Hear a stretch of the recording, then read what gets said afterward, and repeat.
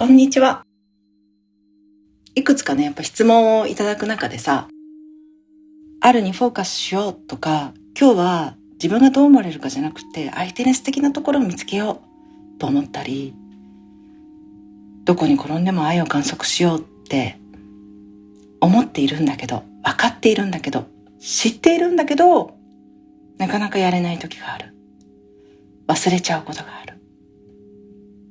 どうしたらいいんでしょうねっていう質問ね。で、私は答えは一つで、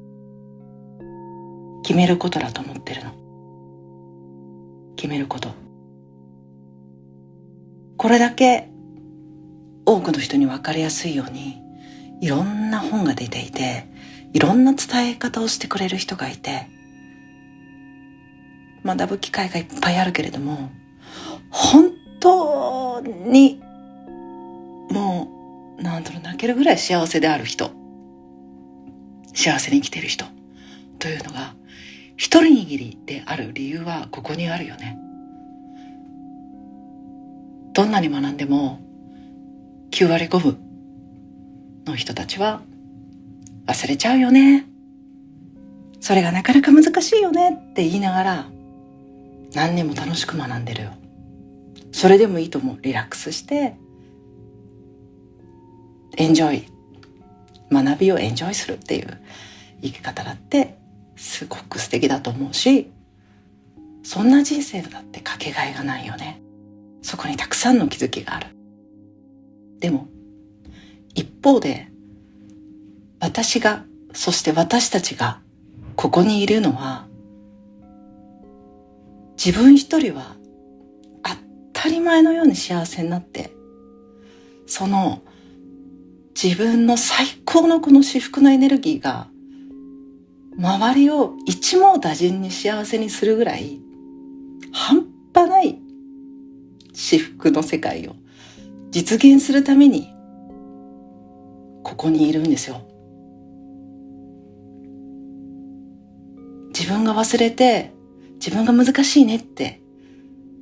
そう言ってたら仕事はできないんだよね。この星に来た本当の意味が、仕事が忘れたまま生きていくことになる。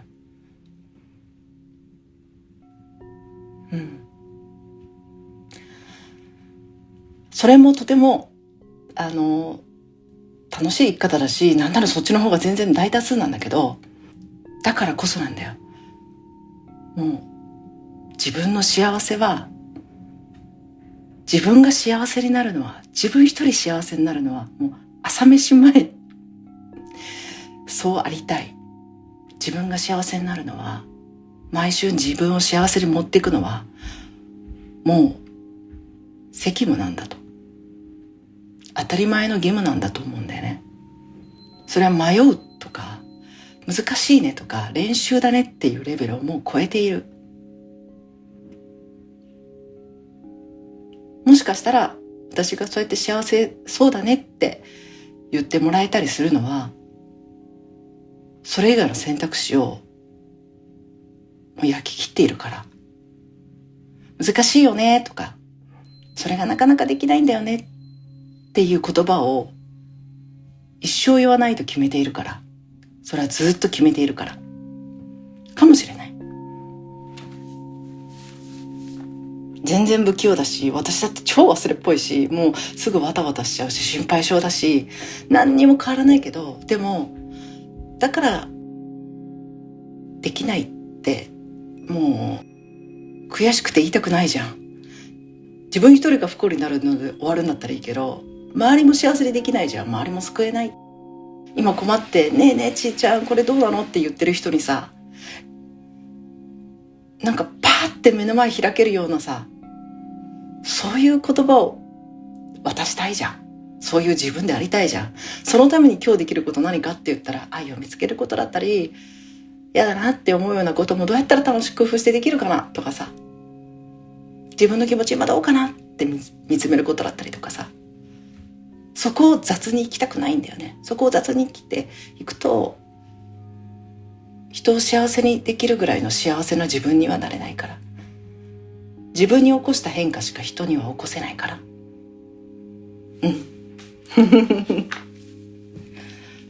ちょっとすいません、なんか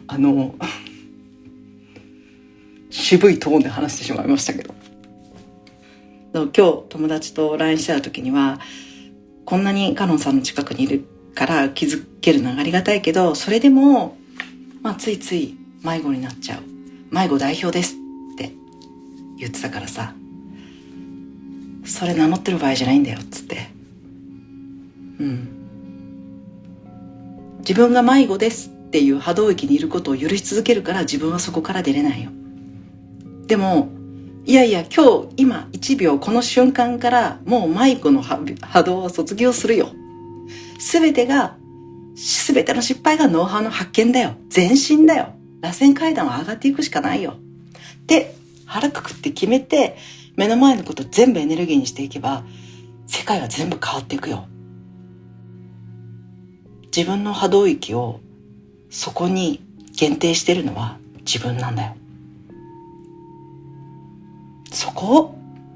明るい方へ、無限な方へ導いていくのが自分の仕事。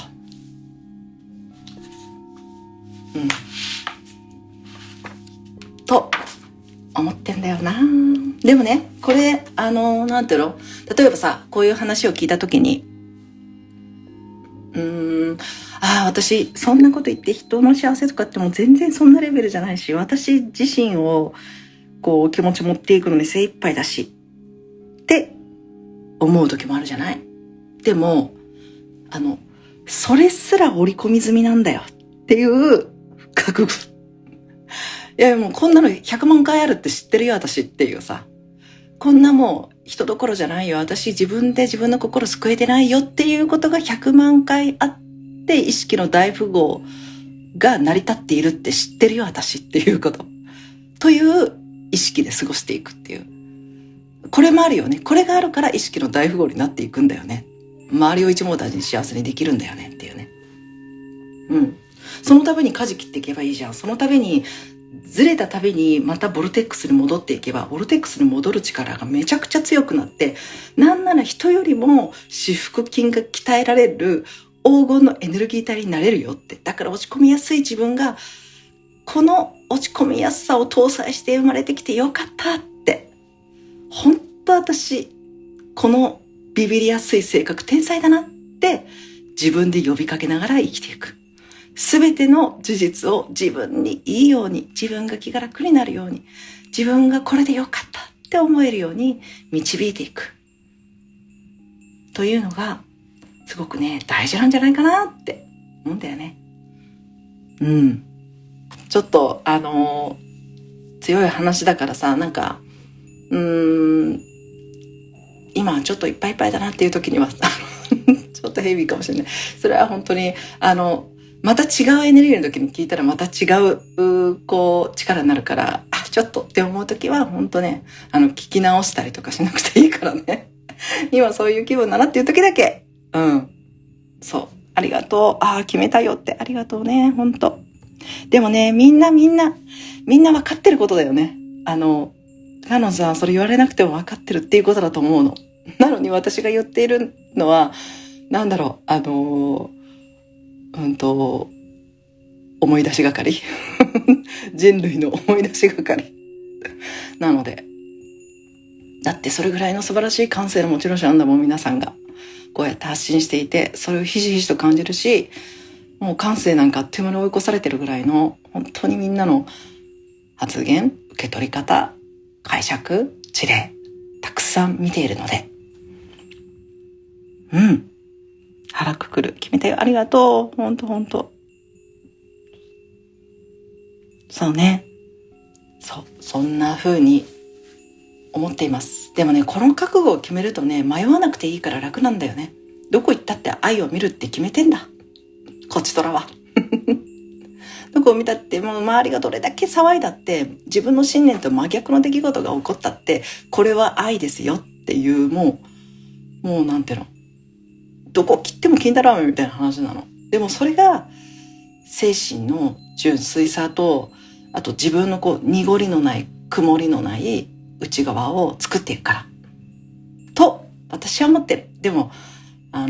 それは私の世界の世界であり、またみんなの世界でこうだなって思うことがあれば、またそれを信じ抜いてそれを正解にしていくっていう世界をね、一緒に作っていければなと思います。じゃあね、またね。